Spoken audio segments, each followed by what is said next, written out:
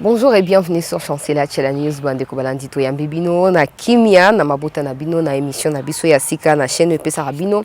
Basango, processus électoral en République démocratique du Congo, madame, messieurs, de réformes ont été proposées par les G13, autrement groupe des 13 personnalités, des réformes qui ont été d'ailleurs acceptées au niveau de l'Assemblée nationale. On prendra en détail où ils allaient makambango ba ebina ko proposer na kati ya ba réforme pour na ko améliorer loi électorale ndenge delise sanga zokoloba toko kende pe bande ko balandi ya CT News ko beta masolo mai matali domaine ya agriculture onde ko bati aloba ki ete ba fungola yango pona bato étranger ba koma pe ko exploiter ba ya pe ko lona bilanga 25 ans renouvelable etc. Ça dépend des résultats ndenge ko pesama lokola invité na biso azali moko ya balobeli ya ndeko bati lukwebo toko yeba na ko aborder pona plus de lumière na sujet wana bande ko balandi ya CT News toko kende pe na table ronde bipa ikani mokondi mboka Félix Antoine Tshisekedi Tshilombo asangisa ki bande ko na biso ya Grand Kasai na bakatange pona ko yeba na ko sula tina ya kimia lelo mokondi mboka lobi azongi est-ce que bande ko na biso bazali prêt ya ko yeba na ko maintenir attitude ya paix vis-à-vis ya bakasayan.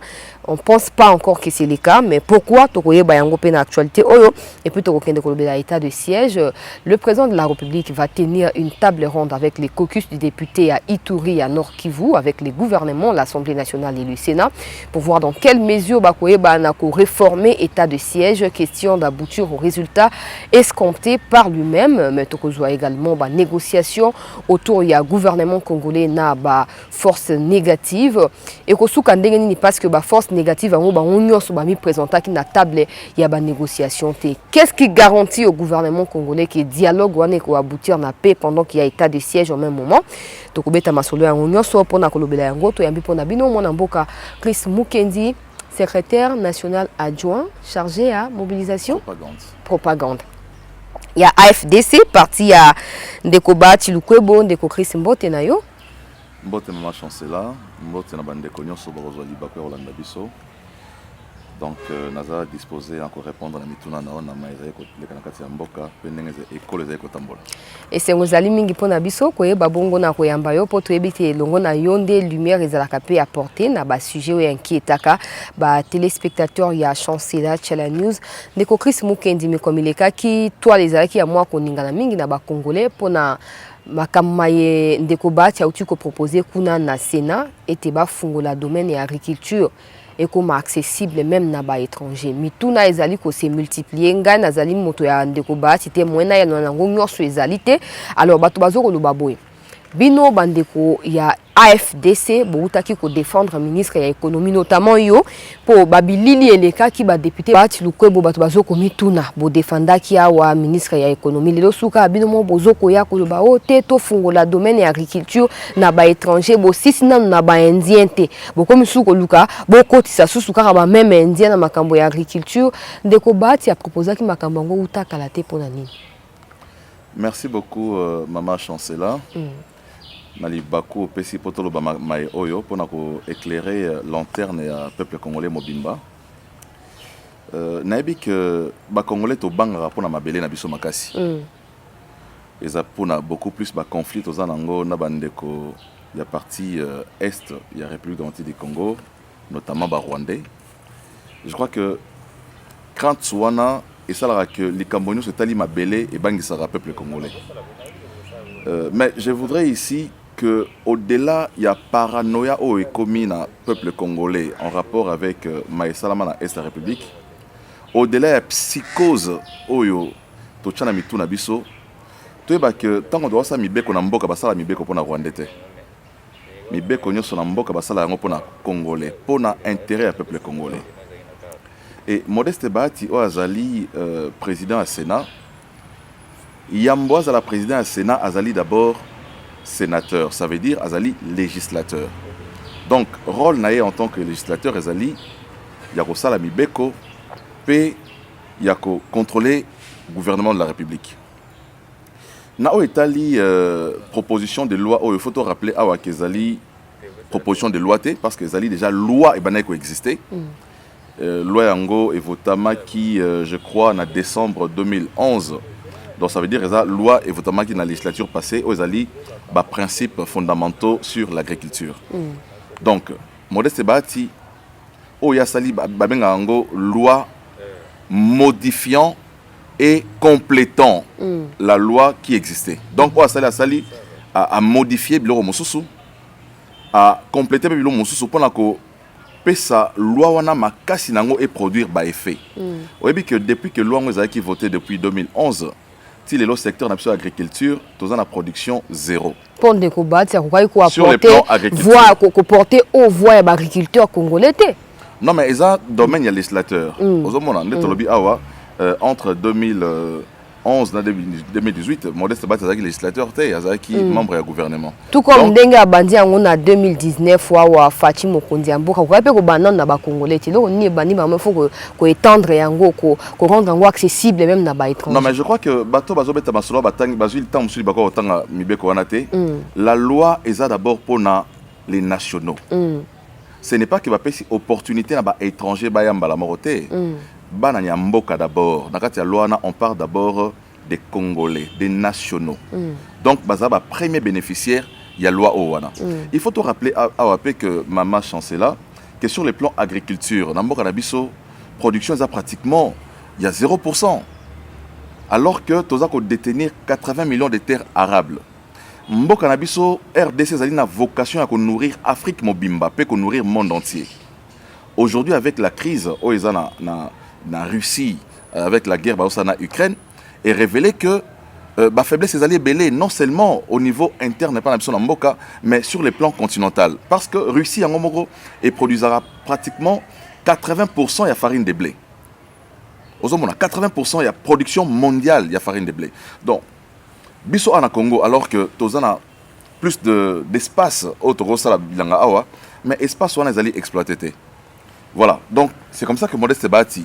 C'est référent à la loi qui existe déjà. Parce que la loi, il faut rappeler que la loi existait déjà. Mais cette loi n'était pas appliquée. Modeste bâti. Et ça qui appliqué tes points. Non, mais justement parce que le mécanisme permettre de Congolais d'avoir accès il y a domaine où on a subvention, la soutenue par le pouvoir, tout ça. Ça fait que sur les secteurs de l'agriculture, mais pourquoi pas pourquoi pas qu'on force les Congolais de base ou privilège pour inquiéter les alliés car les étrangers si batangami et kotimbutu. Voilà, c'est ça le problème avec les Congolais. Vodacom et Zabanani. Les Congolais. RTL les bananes. Ba Congolais pour ça Vodacom na RTL les aliments sécurité. Problème à terre. Omoni. Mais loin les alliés ba amphithéose. Ça veut dire ils ont contrat et location à terre. Bato ba yosa bilanga pa na bino mais balobité mabele comme ya bango. Mais tant on peut bazo au sala, il faut d'abord qu'est-ce que ça rapporte au Congo. L'effet d'ouvrir le secteur de l'agriculture à tout le monde. Qu'est-ce que ça rapporte au Congo? Ce sont des vraies questions qu'il faut qu'on se pose. Mais de la place à Congolais. Avant de poser question et qu'on rapporte, il faut que nous un résultat existant, non? Comme ça, tu peux comparer, tu vas apporter plus par rapport à Bissomoko, Tika Totsanini, Totika Bango Basal. Mais Bissomoko, Yomoko, le but, c'est 0% de production agricole. Dès que tu as que non et qu'on rapporte. Mais justement, nous avons besoin réel, il faut tout résoudre dans la Mboka. Ils ont besoin de malnutrition. Congolais, azana mabele mais Congolais les ramalamuté. Ce que tu as déplacement au sala manakati ya province nabiso du Kasaï vers les Katanga, c'est parce que les Congolais manquent à manger, manquent la nourriture. Tous un problème photo réseau des problèmes il y a chômage na kati ya mboka. Tous un problème photo réseau des problèmes il y a pauvreté. Tous un problème photo réseau des problèmes il y a croissance. Donc au réseau on a pas étranger, on a pas Congolais. Non mais le secteur privé, l'État lui-même même dans le monde entier, aux États-Unis, le secteur public n'engage que 10% de la population. Autant de chômage, tant aux États-Unis, 0, quelque chose. Ce sont les secteurs privés qui ont donné de l'emploi. Secteur privé, ils ont respecté la loi de la République. Mais justement, mais c'est la sous-traitance. Il y a des Indiens qui ont marché, il y a des Barumbois, il y a des Congolais qui ont qu'est-ce qui garantit que les Bilangandais les Congolais sont privilégiés? Voilà, donc je ne voudrais pas qu'il y ait des coques à l'âne pour tout ce qui est dans la matière, pour se perdre. Il faut d'abord dire ici que les parlementaires qui siègent à l'Assemblée nationale là ne sont pas des fous. ce sont des professeurs d'université, ce sont des agronomes, des spécialistes, ce sont des anciens ministres, des ministres de l'agriculture, des ministres du domaine nyoso, des ministres de l'environnement. Mais tous quand même pays sous-développés. Professeurs, lorsque bateau wana, balobi que loi proposition de loi est recevable, ça veut dire que ils ont mesuré tous les contours aux accords abordés. De Christ, sûr, pour qui même Madame Mouyumba a soulevé une inquiétude dans les réseaux sociaux, dans compte Twitter officiel. Après déjà, on a déclaré qu'il est recevable, la question soit posée sous la question pour poser qui est la question. Aux assurés, quand ça a influence, le quoi ils a bâti, nous a proposé tout ça. Bon, je dis bâti. D'abord, il faut rappeler, si j'ai dit tout à l'heure, que la loi existe depuis longtemps. Ce n'est pas une nouvelle loi. C'est une loi qui a été modifiée et complétée. Madame Mouyumba, dans le vote qui a été exprimé au niveau du Sénat, représente une minorité. Son point de vue, certainement, et qu'il y a discussion dans l'Assemblée nationale. Nous sommes dans une démocratie. Dans une démocratie, il y a une majorité lors du vote, tant qu'ils ont voté. Et ça là que la minorité a s'incliné. C'est ça la sportivité politique aussi. Mais les parlementaires ne votent pas des lois pour détruire la République. Donc, si on est dans Tamboka, donc, tous la vocation de voter Tamboka. Donc, voter pour voter Tamboka. Tout ça, quand même, un peu bololete. La loi est belée, obsolète, il faut qu'il y a intoxication, une mauvaise interprétation de la loi. Nous sommes tous Congolais. On ne permettra pas à ce que un maître, il y a territoire, est à la céder à un étranger. On ne les permettra pas. Donc, nous avons dit, on a un problème à résoudre dans les pays. Et ce problème, il y a qu'à absorber d'abord la malnutrition dans les pays. Tout ça, un problème, il y a croissance dans les pays. Tout ça, un problème, il y a chômage. Lorsque nous ouvrons les portes, mais est-ce qu'il y a un secteur aninita, un secteur agriculture? Dis-moi, dans le secteur des mines, nos mines, est-ce qu'il y a des Congolais qui sont dans le secteur des mines où ils ont représenté un pourcentage? Non, les mines, c'est le domaine de la terre. Domaine de la terre. Les mines, c'est le domaine de la terre.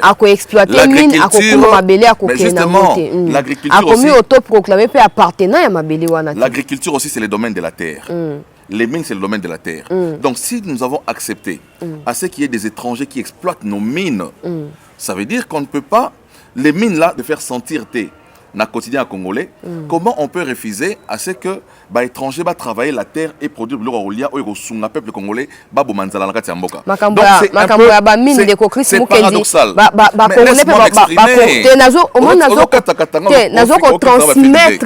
Transmettre inquiétude ya peuple congolais, ali opportunité de tozuyo boy poto zo lumière. Na linga transmettre vraiment ndenge ba yebisa kinga e pona longola tena baksa pété. Bazo reconnaître que domaine ya mine wana ezali na mauvaise gestion ya ba personnel, notamment bandeko na biso ba congolais bazo ko souffrir na ba indien na ba libanais toyoka ki mokonzi mboka koloba ete ba ko bongisa yango tozo ko déplorer pe aspect wana, mais siko boko ko se référer na yango te pour continuer na agriculture, c'est que mboka ngo ba to bazana chance te to ndenge nini. Voilà, j'ai dit nous avons un problème à résoudre dans ces pays.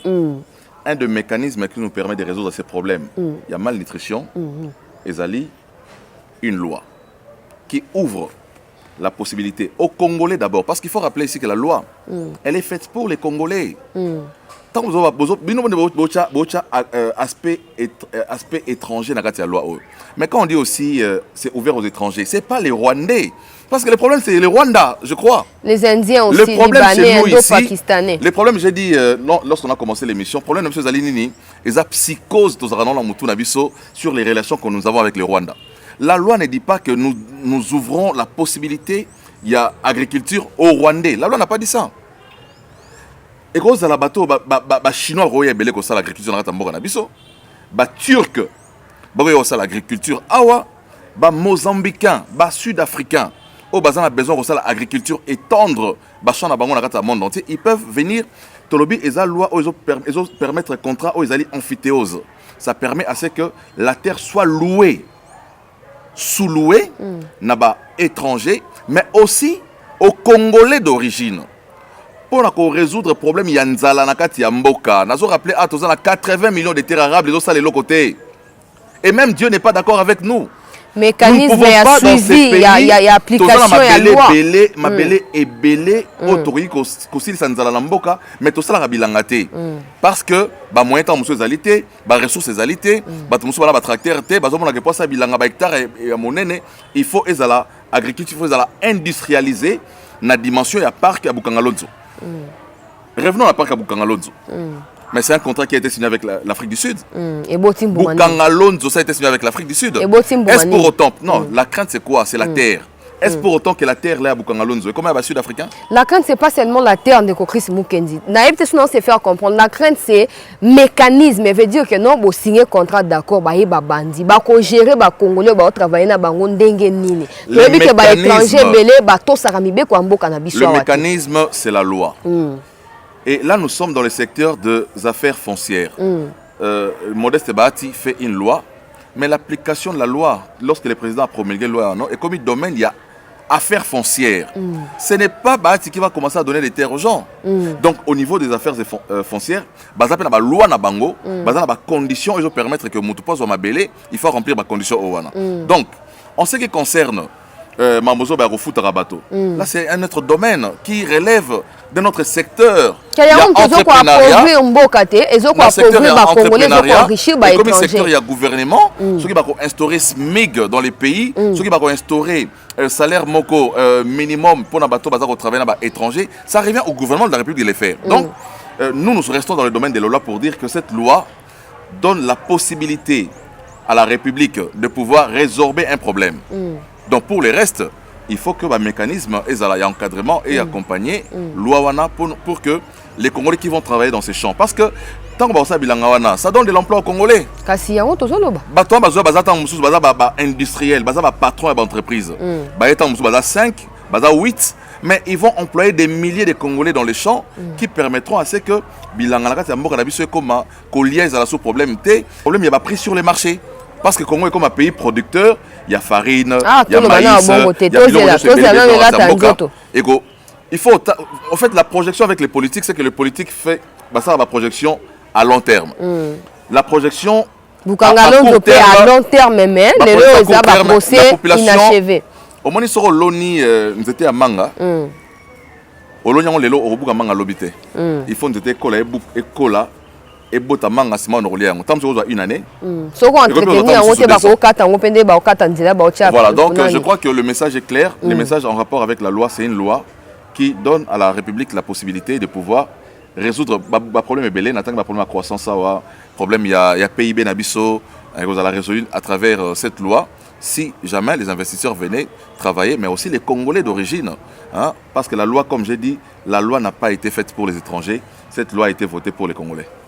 Ndeko tozo okoba na yo na actualité parce que sujet wana ezali ka sujet moko te permettant ki biso to fongola débat ba réforme électorale proposée na groupe ya 13 personnalités tomoni ndeko Chris soki au postulé tia déjà que maman na biso a ozala suppléante na yote wana ezali moko ya ba innovation publication bureau par bureau il y a ba résultat il y a vote ndeko Chris Mukendi tomoni ba réaction multiple bande kwa FCC miso babi ba ko siéger te mambwana etali bango te ba ko ya pété ezali une façon ko lukope sa Tshisekedi d'opportunité ya ko glisser bon toyebi ke biso ngos na Congo nde tozawa ba opposant bazaka na makoki ya kotinda ba observateur to ba témoin na ba bureau de vote nyonso te déjà yango ezali cause ya la plupart ba contestation post-électorale. Est-ce que publication bureau par bureau na bisika oyo bato ya basesanga bazala kité bato ya Fayulu bazala kité bato ya FCC bazala kité est-ce que bato na ba FCC na basesanga bazala prêt à quoi accepter le résultat wana? Merci beaucoup maman Chancela. Oyebi que même na loi électorale au eleka qui ma ponami en 2018 ils ont ça la obligation la président Seni na ba service na ba publier ba résultat. Mais la différence avec cette proposition, bateau ça la innovation, ils allaient que loi oyo mbala oyo ba instituer sanction pour la président Asseni. C'est là la différence. Pour dire que la fois passée, la loi faisait obligation à la CENI de publier, mais bureau par bureau, mais ça l'a ma quitté. Ou ça l'a mis tcheka 30 minutes après ba longoli yango. Nous les candidats de l'époque, on a eu du mal. il y a des résultats parce que bozo comme aboy ba effacer déjà les résultats dans le tableau ba effacer yango o ezaki na porte ba afficher ki ba longoli yango tant mususu ba candidat mususu batindi ba témoin na bango ba arracher ba papier wana ya ba bulletin pour baser na bazo ba preuve ozomona et pour ça qui difficulté makasi. Mais l'avantage avec la loi ici c'est que cette fois-ci balobi soki président Seni a sali yango te, il faut subir sanction de la loi. C'est ça la différence. Donc comme ici a sorti la contrainte. Aujourd'hui, le président de la CENI a obligé, au-delà de publier les résultats, à maintenir pour que chaque candidat a accès à résultats à vote bureau par bureau. Au cas contraire, la sanction est là pour le président de la CENI. Donc, les lots, en rapport avec l'élection légale qui dernièrement, n'a pas libre. Parce que sanction, ça l'a quitté. Ceux qui ont sanctionné, je crois qu'aujourd'hui, ils sont dans la prison parce qu'ils n'avaient pas observé la consigne de la loi. Donc, la différence aujourd'hui avec la nouvelle loi, c'est que... Mais bon, ça peut m'accoquer pour dépêcher les témoins. Pour ce témoin, ils ont contesté déjà le résultat. On n'a pas de bino à moniter. Pour à partir de la machine, si 10, 5 voix, 100 voix pour le candidat Songolo, si vous affichez déjà, si vous triquez. Mais il faut dire ici que je vous rappelle. Garantie. Ils ont passé. Ok.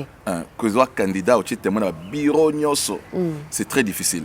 Mais il faut seulement garantir transparence et le processus. Parce que pour ceux qui ont 15 000 bureaux de vote, ça veut dire qu'il faut 15 000 témoins.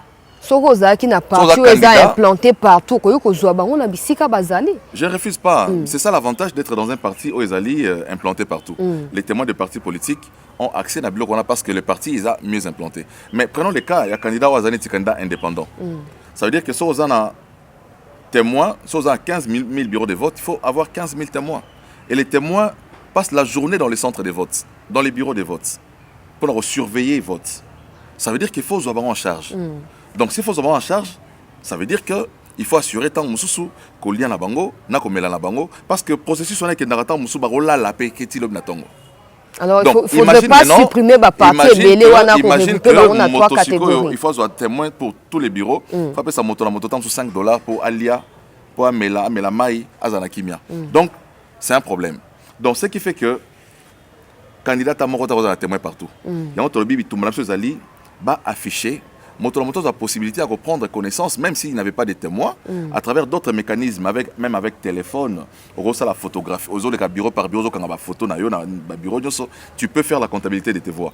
Donc, je crois que c'est l'innovation il faut le saluer. Bon, on a un parti politique comme le Bambinzo, le Chris Mukendi, ils ont apporté solution à problème congolais. Pourquoi? Bon, le parti politique, on a éliminé déjà départ Bango Moko, parce que la loi est lobby que tu supprimer seuil, mais la liste de la parti politique na CENI et que la recevable car ceux qui vont remplir 60%, il y a un siège à pouvoir à l'Assemblée nationale. Ça veut dire que votre parti politique doit aligner 300 candidats. Ce qui représente 60%, il y a un siège à l'Assemblée nationale. L'Assemblée nationale, tu as 500 sièges. Pour que la liste Nabino Senyan di Mayango, pour déposer la liste, il faut atteindre 300 candidats. Donc ça veut dire que les partis politiques ils seront obligés de composer avec d'autres partis politiques pour passer une grande force pour atteindre le nombre de candidats. Si vous avez 300 candidats, votre liste ne passe pas. Donc ce qui fera que les partis politiques seront Kende, sur les partis politiques, les regroupements politiques qui auront atteint l'exigence de la loi où ils allaient remplir 60%. Il y a un poste à pouvoir à l'Assemblée nationale. Le fait qu'il y a composé un grand parti politique, il y a un qui en 2023, il y a une union sacrée bis. Union sacrée bis, ils ont cicaté. Je crois que chaque fois qu'après l'élection Salami, il y a toujours une majorité qui dirige. Et cette majorité ils auront toujours un combo. En 2006, ils ont une MP, majorité présidentielle. Ils ont dirigé. Ils ont AMP, Alliance pour la majorité présidentielle, AMP, de 2006 à 2011. De 2011 à 2018, c'était MP, majorité présidentielle. De 2018 à 2022, ils ont FCC.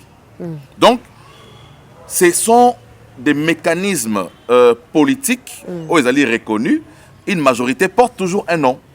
Donc union sacrée tant que vous changer comme lobby pour la rediriger sur les union sacrée comme Mosusu et regarder comme union sacrée. Mais en quoi le peuple tire profit? Parce que par exemple, bino boza ba parti à minene de ko Chris naebi ko zo comprendre inquiétude des peuple congolais.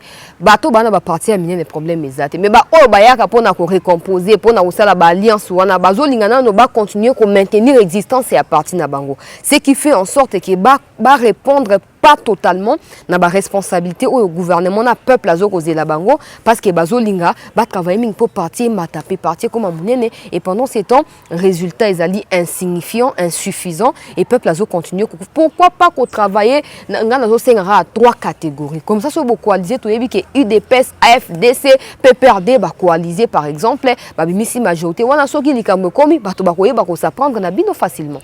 Et ça, pour réduire la liberté dans la Constitution Mboka. La Constitution de la République parle de la pluralité de partis politiques. 3 déjà, il y a plusieurs. Mais, oui, mais nous avons plus de 600 au Congo. Donc, c'est la loi. C'est les domaines de la loi. Donc, on ne peut pas restreindre c'est qu'il faut modifier la loi. Mais justement, aussi, il faut il faut la loi fondamentale aux la Constitution pour réduire. Mais il faut dire aussi que les résultats que le peuple n'attend jamais les résultats des partis politiques. Le peuple attend les résultats, a besoin du gouvernement de la République. Les partis politiques n'apportent pas de réponses. Vous pouvez être un parti politique, vous n'êtes pas au sein des institutions, vous n'êtes pas au gouvernement. Donc, même si les autres union sacrée comme structure moro mastodonte, il y a Mounene et Salami, parti politique les résultats que le peuple n'attend pas les résultats de l'union sacrée comme force de politique. La réponse à peuple basée na gouvernement. C'est le gouvernement qui résout les problèmes Yamaï. C'est le gouvernement qui résout les problèmes électricité. C'est le gouvernement qui résout les problèmes chômage. C'est le gouvernement qui résout les problèmes de la faim.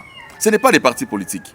Donc des réponses, comme j'ai dit, se trouvent au sein du gouvernement. Donc, fait masanga politique na pembeni ezaka batoba ndimi bazala elongo pour diriger, mais sala benga loi ezana équipe nationale, hein.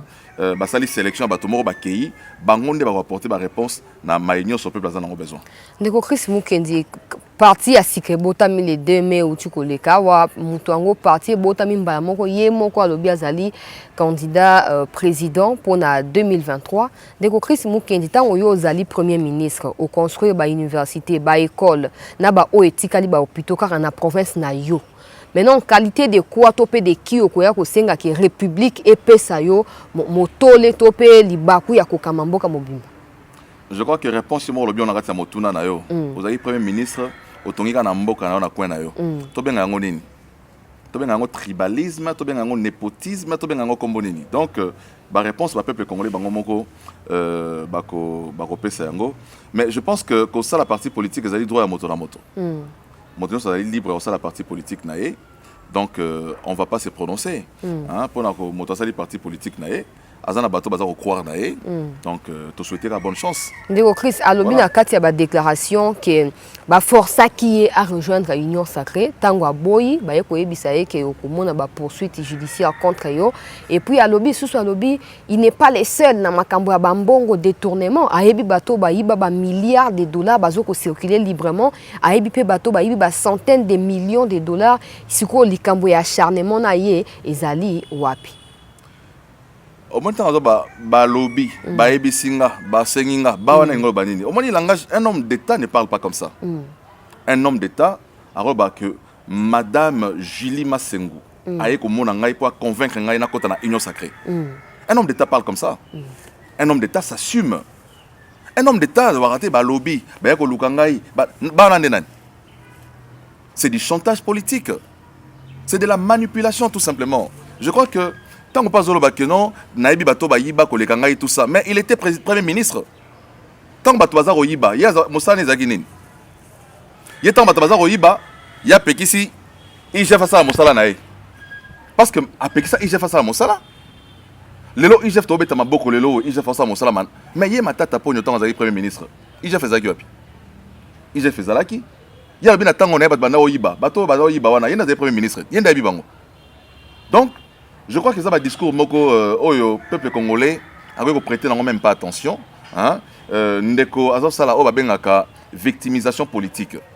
Peuple congolais mbongo ebima la trésor public pour résoudre le problème ya nzala na kati ya mboka affaire Bukanga Lonzo ndeko na biso wana misolo emonani te projet wana ezalaki débâcle il faut rendre compte au peuple congolais lelo mobata mala sima ya mibeko il n'est pas redevable devant le peuple parce que constitution mboka epekisi ku constitutionnel ekoki kosimba ete mais ku constitutionnel lobi te ke yoza innocent document moko to alokuta ou te ko circuler comme il est basali mais ba bureau na epeka kate basali na document alokuta ku constitutionnel abi ayibi makambo wana te ozomona donc eza moto moko alingi même kolobaka za candidat président de la République c'est pour à se victimiser simplement.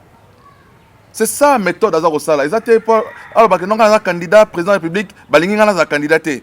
A comme sur problème judiciaire na abimisa le rôle là balingi ba écarter candidature na parce que aza candidat za bangi sa moto.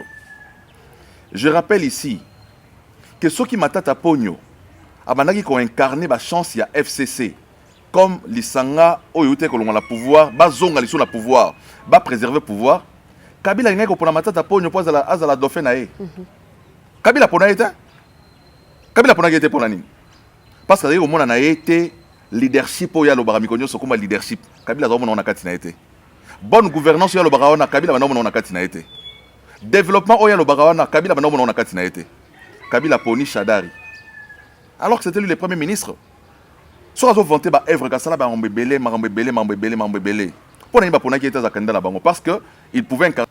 Donc je crois que ça va chantage politique ndeko za sala. Hein? En tout cas, à sa sortie officielle, a tangi kombo ya Bahati 11 fois na congrès à parti politique. Bon, il y a congrès à parti politique, il y a kombo ya moto 11 fois. Il y a congrès na yo. Et puis, il y a projet, il y a règlement intérieur à parti politique nyoso. Ba congrès nyoso. Et zalaka na ba matière moko bien précise. Ba mission nango e ebani. Parti politique est raté 3 jours congrès. Ils ont raté. Ils ont raté. Ils ont en violation même, il y a un principe, il y a une naissance d'un parti politique. Sortie officielle de Samaguep. Donc on considère que on est sortie officielle de la parti politique, ils ont congrès. Donc sortie officielle, c'est ça qui me connaît. Tout le monde a sorti officielle de la parti politique, il y a un congrès. Et puis congrès, ils ont une mission dans le congrès. Mission à congrès, ils ont raté Moussoussou, qu'on statuer sur la liste des candidats Nabino. Mission à congrès, et ça attend Moussoussou qu'on lève les grandes options. Il y a parti politique d'Abino. Mission à congrès, ça raté qu'on va mettre la justice. Donc, au yéna li Botswana, Masolo Zagara bati 11 fois. Les messieurs citaient les noms des bâtis. Donc, quand on dirait comme un cours de cassation, de combat, tu rappelles là qu'à on so ko se victimiser à wa tekende liboso ya ba cours des tribunaux de ko Chris Muke de bato musuba kanisa ke ba kutana quelque part siko rando ngo emema mitina sena. Non, je crois que mboka tamola na mibeko. Au moins so bo message na régime ezaki régime moko ya impunité. So régime ya sika ekoti ezako prôner état de droit. Ils ont reconnu le principe démocratique, ils ont supporté un côté. Moto ala na mbetu ala na etoko mo boche na mbetu ta muso za pongite. Omoni? Ta muso mbetu za malamu pona bachelo matela ya malamu ya dux.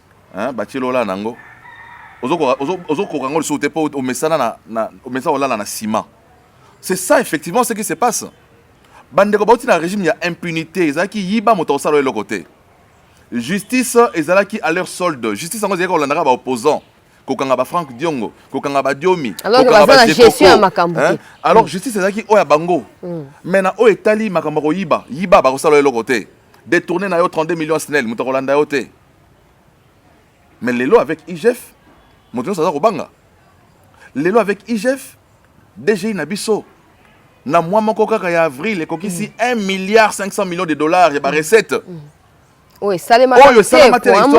Moto abeta lisolo bonne gouvernance atikala ko kisanga ta mokolo moko te. Ozomona. Donc bonne gouvernance wana ezaka ka ba maloba. Ezali maloba ko flatter bato, ko laxaneti oza moto ya rigueur. En vérité, c'est rigueur ezata mokete.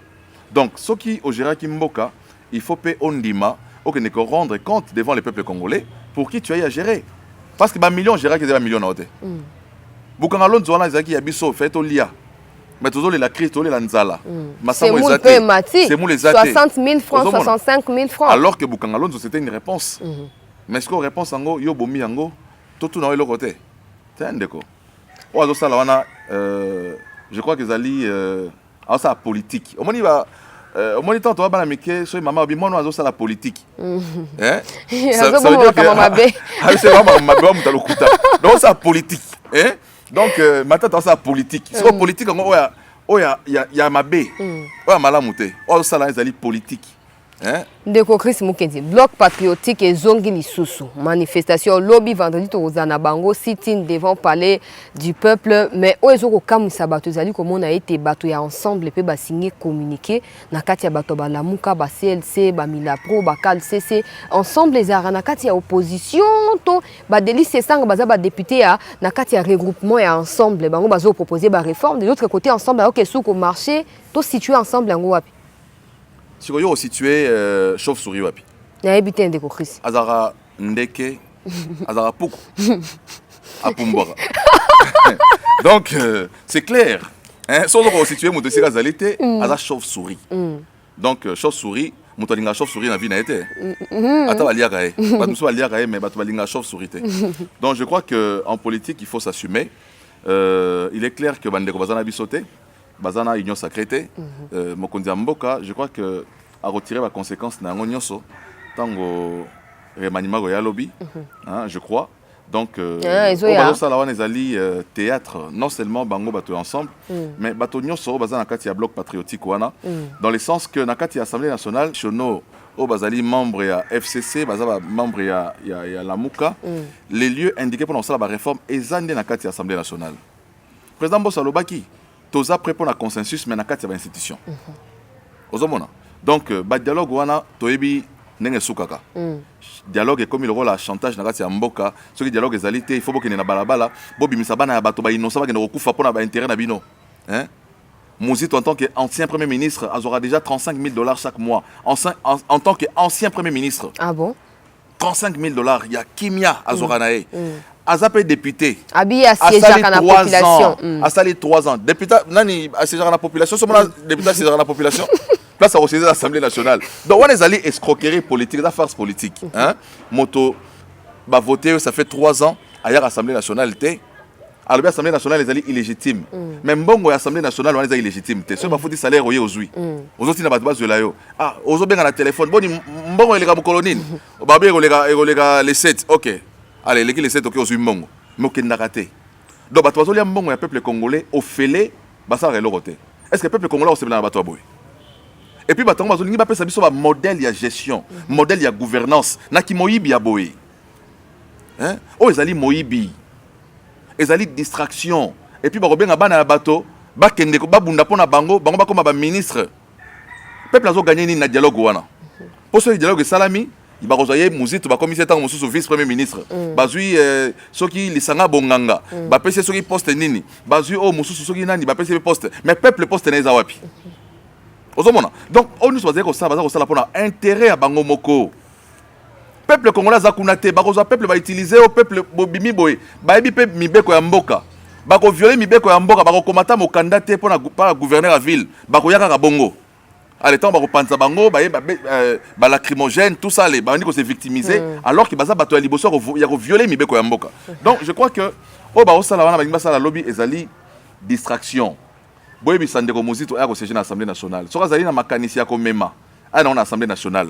Soka zali alingi abongisa loi na Assemblée nationale. Soka oyate alo baba invalider ba tia suppléant na été. Opimeli na suppléant esika yo soka oyate. C'est nga ba invalidé yo comme ça suppléant yo aya ta okota kuna aya la bisota moi makanisi ya malamu na kati ya mboka mais nalingi pe na interpeller bureau ya président Mbosso règlement ya intérieur de l'Assemblée nationale et lobby ce qui au cours d'une session de l'Assemblée nationale un député a été pendant 3/4 ya session a été il faut pas invalider mais tous na ba député o a sali 3 ans ba bika 3/4 ya session ça a 3 mois 3/4 ya session et ça session mais ça 3 mois donc 3/4 de la session sur le moto il était faut pas invalider mais tous na bato baya katé ça fait 3 ans baya katé président de l'Assemblée nationale azan occupé na EPT yango tous ko senga awa ba appliquer sévèrement na Sénat et lobini na Sénat pour na Sénat pe ko to bato baya katé bon na Sénat règlement intérieur et lobini Non, mais règlement à l'Assemblée nationale et à la Sénat, c'est pratiquement la même chose. Bon, c'est que Kuna paie Mouto à 600, plus de 600 000 dollars à Yaraté. Il ne faut pas invalider. Mais quand il y a un règlement intérieur à l'Assemblée nationale, il dit que Moto a la même obligation que le sénateur normal. Tout le monde est sénateur à vie. Donc il y a été problème pour le règlement intérieur. Donc Maël na yeto na ngo bosenga te kuna. Maël o ya zana. So balingi ko ya aye yemoko. Balobite ayaka te. Yemo nda zoya te. Mais azape astreinte ba compter ba absence na été pour longola e. Omoni, lui les sénateurs à vie ba ko invalider été. C'est que vivement bato ba koma ba ko bazwa place wana po en tout cas mboko eza na chance te 18 ans ya échec au boy pe ko siéger c'est que yo penza to yeba te na muto eloko nini elekaka bolimbi sinde ko Chris Mukento zo ko koba mokondi mboka asangisi bande na biso ya Kasai na ba Katange pour ba Katange balobi ba Kasayen balingi ko s'intégrer te balingi ko respecter ba us et coutumes ya bande na biso ya Katanga te balingi ko mi imposer ba lakisa ba Katange ndenge ya kotambola mokondi mboka ke na message ya kimia asoli na bango na suka communiquer bimi mokonzi mboka reconnaître que il faut ça à multiplier ba effort pour na ko créer ba misala na niveau ya Grand Kasai pour na ko empêcher ba déplacement massif wana bande kwa Kasai mais quelques jours tant mokonzi mboka silisi réunion na ba représentant na ba jeune ya Katanga ba sali communiquer balobi soki ba député ya Katanga o bazo ko siéger na palais du peuple na Assemblée nationale ba meki kotika loi ya Tianieleka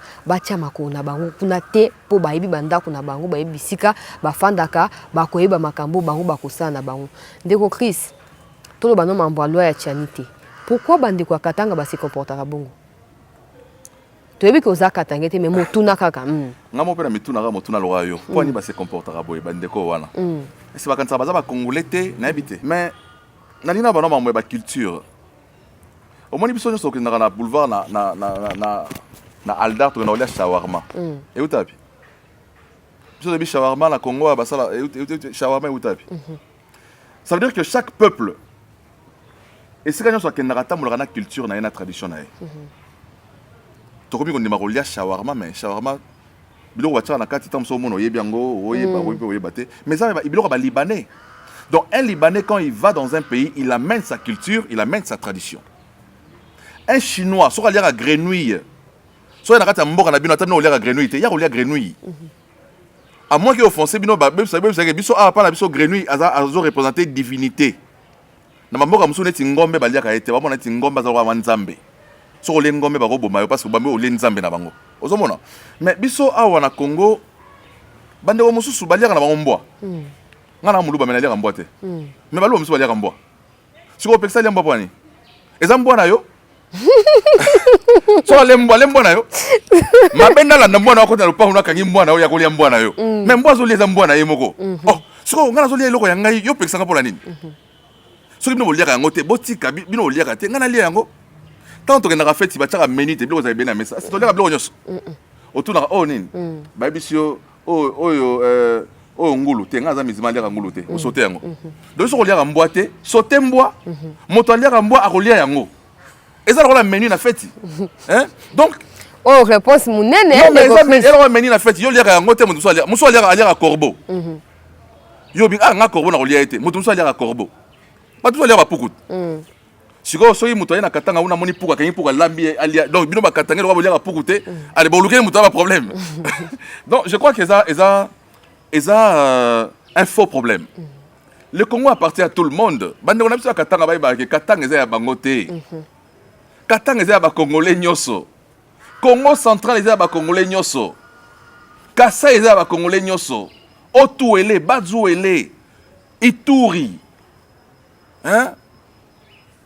Kasai, je ne sais pas, Équateur, hein? Mongala, Lissala, Équateur, Natanga Sunini, Sidou Bangui, Noru Bangui. Et c'est à Congolais nyoso.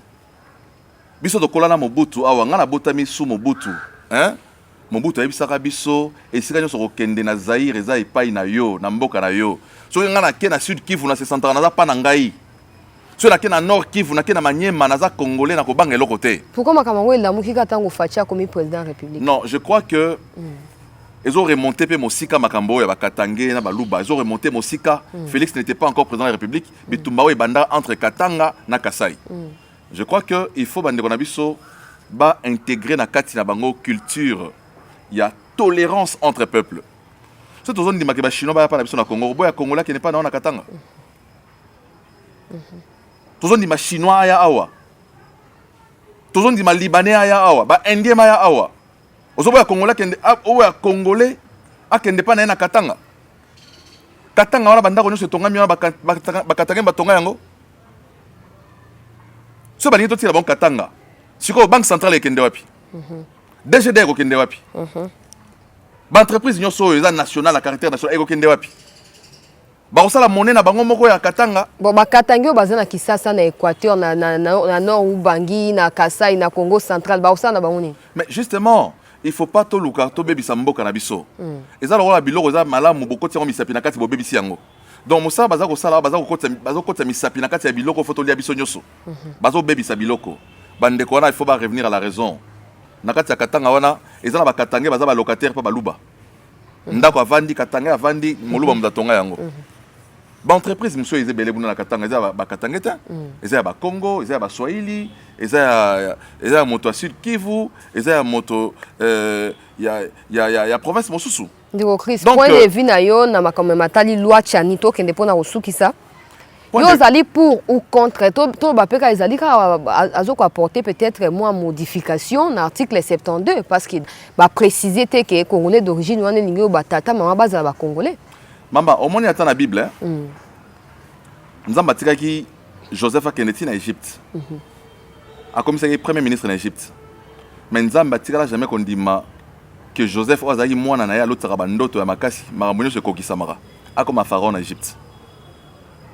Donc ça veut dire que même Nzambe alingi te que moto akende na mboka ya bato mosusu akoma mokonzi na bango numéro 1 kuna Nzamba alingi yango te. Oui, exemple au Pessi en tout cas na betelio maboko. Non mais c'est la vérité. Si on regarde dans la Bible, même dans la Bible, le passage dans la Bible, dans la Bible, balobi que reçoit moto étranger te commissaire mo konzi ya kati ya mboka na yo. Na kati ya Bible ezali. Surtout ba Kristo. So Nzambe la lobi ngasko na sani. So Nzambe oyo apesaki Joseph Maël ya ko sauver Égypte. Alingait Égypte na Égypte Joseph comme pharaon. Abi Joseph yo suka ka premier ministre. Parce que poste à pharaon, il faut à égyptien. Oza hébreu, moyen okoma pharaon ezalité. Voilà makanisi ya Nzambe. Siko biso na mboka na biso tondi make bon Abed Achour le roi avant na biso awa asala ba œuvre ya malamu ba tonton Abed Achour to linga mingi comme président na biso la Congo. To sala lo boy. Eza pour beza Congolais lo ba lingala bien to comme si congolais. To bisia comme okonzi mboka. Non, mais tout ça l'appelle sérieux na biso moko te. Ba biloko yango oyo il faut que loyauté à mokonzi mboka eza la loyauté moko ezali partager te. Tout à fait. Bah intérêt à Congo, il faut incarner un mobimba dans sa globalité 100% bah intérêt. Ce qui bah intérêt na biso, to c'est mon kondi moko boy aza origine zambienne. Papa na est d'abord congolais, aza congolais tant moussouté. To mon kondi moko do papa na aza congolais te. Maman na est aza tant moussou aza neti zambienne. Si on te comme c'est mon kondi mboka. Le jour où le Congo entre en guerre avec la Zambie. Non, il y a Congo siko tokoti guerre na Zambie. Il y a mon kondi na bino wana oh maman na aza zambienne. Osani. Partager. À redéfendre Zambie, toi redéfendre Congo. On est d'accord pour la loi Tchani. Moi, individuellement, je suis d'accord pour la loi Tchani parce que la loi Tchani, ils ont loi ou ils ont principe à Bible. Nous sommes chrétiens, nous avons loi Tchani, ils ont principe à Bible, nous soutenir yango. Mais ndeko Chris Mukendi, bato ya ba 50 topé ba nationalité douteuse baza ebele. Pourquoi quand mutu moko aninga comme sango lokola a mis approprié proposition mobimba? Mais est-ce que Babi peut être souvent ma président Mboka? Babi poste na pour Babi pour na président parce que loi Tchani pe et lobi nini. Eza ko réserver certains postes à État exclusivement aux Congolais de père et de mère. Mais Babi te que rosa lo musuti na Mboka. Ministre ya sport, ministre ya pêche et élevage. Mais maman nanga, biso je comme président de la République. Mandat à 10 ans. Hein? Tozune ti tozui 5 présidents de la République, ça fait déjà 50 ans. 50 ans, sur la Mokilio. Bah, juste comme un président. Et ça, mi beko mboka. Mboka na mboka, ça na mi beko nango. Si vous êtes Congolais, tu babi ah, ils ont pour les Congolais. Tant que petit commerce, c'est pour les Congolais. Est-ce que les Libanais faut pas tambour la balaba là-bas, bas marché? Si vous êtes Congolais, si vous êtes marché, au marché contre les Congolais. Les Congolais, bah ça mi beko pour la mboka na bango. Ils ont Congolais. Si vous êtes marché, pour ça na mbongo ebele. opesa ba député ba komisa congolais na makasi ata bazwi ba député na onyoso na basangisi bango nyonso babimisi makila na onyoso bazwi makila ba congolais ba koti na kata nzoto okomaka congolais te ozaka mwana tata na yo na mwana mama ya bino oza congolais te. Donc même si on te transfuse les sons de tous les congolais, on prend tous les membres de ton parti politique basangisi bango bazongisi makila na bango na kata nzoto ba tcheo yango okomaka congolais te. Donc il faut moto na na fierté à nationalité na ye. Hein? Et ça va mwana zo wanga na tata na ye. Et ça soni hein, owanga ni tata na owanga ni mama na yo. Ngaso mama na nga ezali munande na mama na nga za munande. Tata na nga so azali mundibu na tata na nga za mundibu. Donc yo wanga ni tata na yo, owanga ni mama na yo pour ba intérêt ya mboka batu. Est-ce que ozo mérite ta respect ba ndeko na ba mboka o ba yebi ke bazala mboka musu ba otala yo na cousin na biso. Ba benga o cousin na bango. Bazala mboka mususu ba yo za cousin na bango. Ah yo zo diembe. Siko ozo wanga na siko tante na bango. O wanga na za mutakuna te. Est-ce que ba se plaît na pour ba intérêt kaka. Pour la mine. Objectif pour la cobalt. Mais justement pour la mine, pour la cobalt. Pour nous contrôle ya minerai à Congo.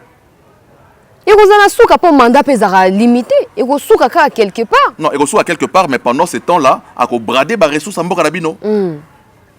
Moto aza étranger à koya ko sala à ko nyoko labino. Bible bi ko cha étranger likolo mboka na hotel. Bible lobi bongo. Ba député ba manifester pe. Rosa la kitoko.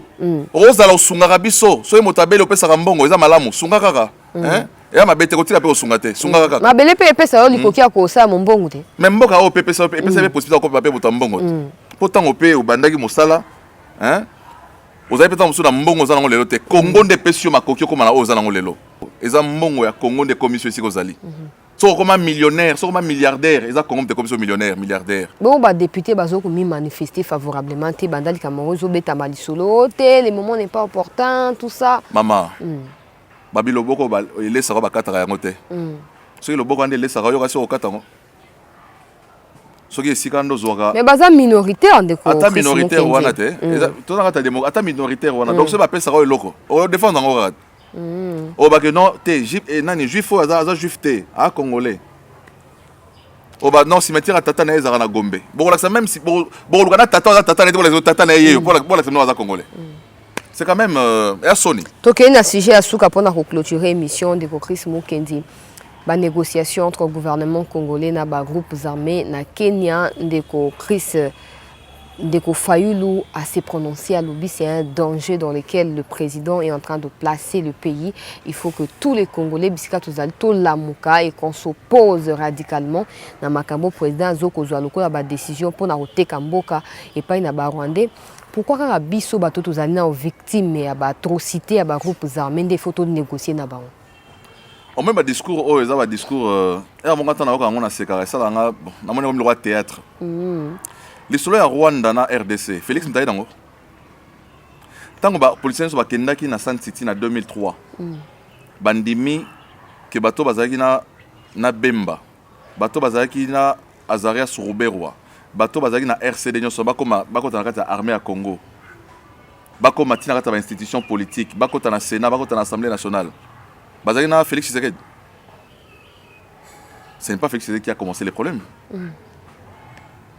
Kabila avec Batounae, Afdel Tangoye, Marambo et Bandi, oh, et Bandi Sikawana. Tshisekedi aza ko kolmate ba brèche. Aza ko kundali bulu oyo akuti bandeko musu batikaki. Yango aza ko sala. Donc pour nango soko to bundisa Tshisekedi. Mais as-tu déjà état de siège? Qu'est-ce qu'on négocie? État de siège, au moins une négociation diplomatique. Ils ont un avantage, moro évitera des dommages collatéraux dans la mboka. Une paix sans armes, ils ont toujours bien que paix moko oeza résultat à armes. Mais ouais, résultat à armes, mais bangi ça mutam ta bangi. Justement, nous sur les deux fronts. Nous avons un front diplomatique, nous avons négocié. Nous avons un front moussou ezali. Il y a Mandoki, front militaire. Où est-ce que le gouvernement de la République a engagé à travers l'état de siège décrété, il y a qu'à mettre hors d'état de nuire la force négative de la Mboka. Donc, mon candidat Mboka, Fayulu n'est pas le président du Congo. Fayulu n'est pas le président. Et Namona Tamokolo Morote, Fayulu a maloba malamu contre Félix, à part les faire sur le terrain et mes condoléances, autant on fait la tante na esili. Malobaka moko ya malamu Mais akoloba malamu mpona kosepelisa Tshisekedi to akoloba nde bosolo peuple azo mituna ba mituna. Mais dis-moi maman, la gestion de la région, la gestion de la guerre de l'Est, ça se gère comment? Ça se gère, tu as les meetings, tu as les meetings Nanjili. Ou bien réunion à Faden House, si c'est problème à Est. Tiens? Ba Congolais bazwa minduki. Négociation ngo banda plus de 20 ans lelo ebota mbuma mon côté. Dialogue ezali vraiment na mbuma mon côté. Maman, ezana ba guerre mon sou c'est Oumelaka, mon sou pe Oumelaka te. O abiso, ce n'est pas créé par Tshisekedi. Tshisekedi, il est là, ça fait 3 ans à peine. Il essaye. Il y a aussi les Sabitumba et Banda il y a de cela 20 ans. Et puis, état de siège, ils ont reproduit l'effet d'ango. Donc, on nous a un discours, il y a au moins, ils ont un discours politicien. Pour l'instant, il fait dans ça les côté. Si on a un siège, il y a moto, non, moto, là, ça va nous bien te, il faut comme Sikawana. On a un discours à l'olengagnos pour que moto, l'ongwana pose de Sikawana. Maintenant, on pose de Sikawana, on a que Mossala, on a ça, exactement sur ma casse, il y a ça les côté. Ndeko Chris. Ndeko fallu la soulever ba inquiétude ezali vrai tout le bango bongo. Pour le président, non a état de siège. À qui haute coopération militaire n'a pas Ougandais. Si vous communauté tous sur n'a pas groupes armés. Et na mincho to lo ba lobby a eu décision. Il y a nouvelle table ronde. Katinaye ba caucus ya ba député à Ituri à Nord Kivu gouvernement na est-ce que question est-ce que objectif ezalité ko pesa ba résultat ya dialogue islami na Kenya. Comme ça, par hasard, état de siège qu'on a levé, le quoi en 2012-2013. Oh, M23 va salir repli, va faire des va gagner tout ça. Après, sous va ressurgir. Est-ce qu'ils ont piégé? Mais est-ce que ça la table? Parce que la table ronde, c'est entre les Congolais. Est-ce que ça m'a bien? Avant qu'on ait une décision, le quoi état de siège, il fallait procéder par des tables rondes. Non, pas nécessairement. Il n'y a aucune disposition constitutionnelle qui dit qu'avant on la ligne, il faut les gars. Non, c'est dit nulle part. Donc, on ne peut pas couper qui Mokonzi Mboka à jouir na ba droit naé aux ezali constitutionnel. On ne peut pas interdire ça. Si Mokonzi Mboka a eu une décision aux ezali anticonstitutionnelle, tout est le melaye. Mais sur une décision aux azui, ezali ko respecter constitution. Ko dialoguer na ba groupe armé na Kenya, ils appellent constitutionnel l'article ni. Non mais là c'est dans les cadres il y a ba partenaire il y a ba région il y a Grand Lac. Hein, nous sommes membres de la communauté Nyosoana, c'est tout à fait normal que étant membre de la communauté à la région à Grand Lac, on a tous participé à l'assise de c'est aussi constitutionnel. Donc, moi je dis, dans la mesure où le président n'a pas pris des décisions où ils ont violé la Constitution, tout est caillé, à ça, Mossala naé, tout à la souris et robot Mboumanine. Est-ce que vous savez que le président Mbosso, alors qu'il y a un député, il y a un groupe armé, attends, ba comboté pour ni pas homme d'état. Non, là ce sont des questions qui relèvent de la sécurité nationale. Ça peut créer beaucoup de choses. Mais toi, service, bango, ça peut Moussala. Une année, na mois de mai, on démentir, on a sali mission dans les deux députés et finalement, groupe armé à Kodeko, batanga qui combo, batouana à Kodeko, bango babi ote zaki lokuta. Il continue à siéger. Voilà, je crois que service n'a pas renseignement, ça la Moussala, n'a pas d'informations sur Baebi, Nanazana et Mboka. Donc moi je dis, la vérité c'est qu'aujourd'hui, Moussala est état de siège. Les autres ont mal. Tous les adversaires, il y a sous-région au Bazar qui impliqués dans la maison Samarat Est. Donc, ceux qui les lobent, Bazar au Bounissa, état de siège, Bazar au Bounissa, parce que le résultat est allé probant. Le résultat est allé que aujourd'hui même au niveau de Rwanda, production il y a minerai et Kiti, tout simplement parce que Rwanda a par la fenêtre la Congo, il y a des ressources en Boka. Donc, agitation nyonso wana au Rwanda, ils allé parce que état de siège, ils allé réussite. Donc, moto Bazar au Bounissa, état de siège. Les alliés moto, soit ils impliqués directement, soit ils manipulés, ils comprendre de temps en jeté. Mais moi je dis, toutes les décisions que nous avons prises, sont cadrées dans la conscience Mboka, tout ce qui est, asala mosala na au conscience sengi asala. Mokonda Mboka za moko. Ba décider na gestion Mboka te gestion collégiale te. Président de la République a décidé yo bimna TV ba non décision na mabe. Ozanani. Est-ce que décision na juana et violer la Constitution? Si vous violez les anani poloba. C'est là que vous comme Mokonzi Mboka, il y a ma kainisi na yo, boanya na yo, ozanango, ya ko chona Mboka. Tika o aza Mokonzi lelo, asala makanisi na ya sala. So ezali makanisa ko avancer écolo, c'est très bien. So ezali makanisa ko zong c'est écolo sima, peuple congolais ko sanctionner. motuna ya suka tolandi ndeko lurara na ba propos nyonso a proféré alobi ba vérité bimi na kati mais mingi oyo akofinga en tout cas tozo ko condamner yango na corporation journalistique nyonso na journée à 3 mai bato nyonso ba condamner qui compris ministre ya communication et médias bon ndeko Chris Mukendi est-ce que ndeko Pero Luara akosi que président zoko voyager mingi mais impact nango ezalité na social ya congolais alors beka mama owana te nabi na condamner côté ya fingi sur mamni so ba isa solo voyage multiples voyages résultat exact raffinerie à or ya Congo na Rwanda wana fatie moko loba ntango akendaki na Goma Alexati Mikolo Ebele kuna na suki wana po naza porte parole ndeko Pero te non ndeko a débordé na ko tabela ma propos na été ndeko a débordé mais ngana mona ba image na mo na plateau ya Jean-Marie Kassamba ozo kumisa avec ce que dabi nanu mboka et connaître la liberté d'expression to connaître te mais l'issoumuna au-delà de la liberté d'expression koko y a la libertinage d'expression au moni donc on compte dans ma propos na été maya saliwana bon mais voyage stérile voyage multiples voyages résultat exact au moni résultat tant monsieur Zelango le premier jour à voyage mais obi que Congo est à libanda à monde entier monde entier mobimba na kati ya 3 ans Félix Tshisekedi te connaître 2 ans la crise à Covid. N'est-ce pas? Oh bah élection salami na te connaître non na Sénégal na Congo Brazza sans problème. Te connaître 2 ans la crise à Covid. Oui bien que RDC ils qui qualifie ils qui comment on dit? Ils qui déclaré zone rouge. Ça c'est pas mon problème. Moi je dis lorsque le pays est présenté comme une zone rouge. Même si les démarches président Salaki pour envoyer un investisseur, ça peut être ralenti. Ça peut être ralenti. Donc, mais ça n'empêche pas Moussa Salaki Moussa Moko extraordinaire. Moussa Salami est ordinaire. Mais la vérité c'est que voyage n'a pas produire effet ébélé. Notamment réserve d'échange à Congo. Réserve d'échange à Congo. Nous sommes Congo et regorger gaz au monde des autres produits député au bazar couvert na immunité maman F Bazaï liste ya bato politicien mais maman le bien maman Eva Boris Johnson pour investir 500 millions au tout question malam mais ça na période ni Bazaï ba na période d'année vous prenez tout ce qui est non moi je dis pas ça na tout ni c'est comme malobi ya maman F Bazaï ba ça na période d'année yo me répondre na période d'année ya Kabila na ebité donc vous prenez même les mandats ya Kabila bozo chona mutu ya Tshisekedi veut dire que Tshisekedi a ko kanisa bato wana pona po yende a raté sur occasion ya investisseur ba ya ko replanter bois na Congo. Non, il y a encore des opportunités. Ce qui est fait par le ministère de l'Environnement, c'est très bien parce qu'il faut tout ça a toujours état des lieux. Avant que les moussika, il faut toujours état des lieux. État des lieux là qui ba marambo o sur le bas.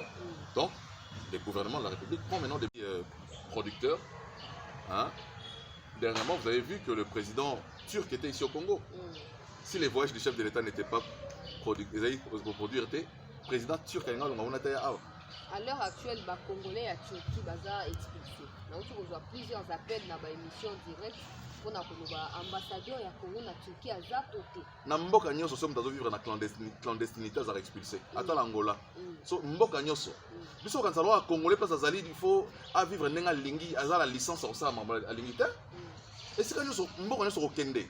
Na rokota mboka mototé sans visa. Obi combien de Congolais à partir de Istanbul, de Grèce, Europe.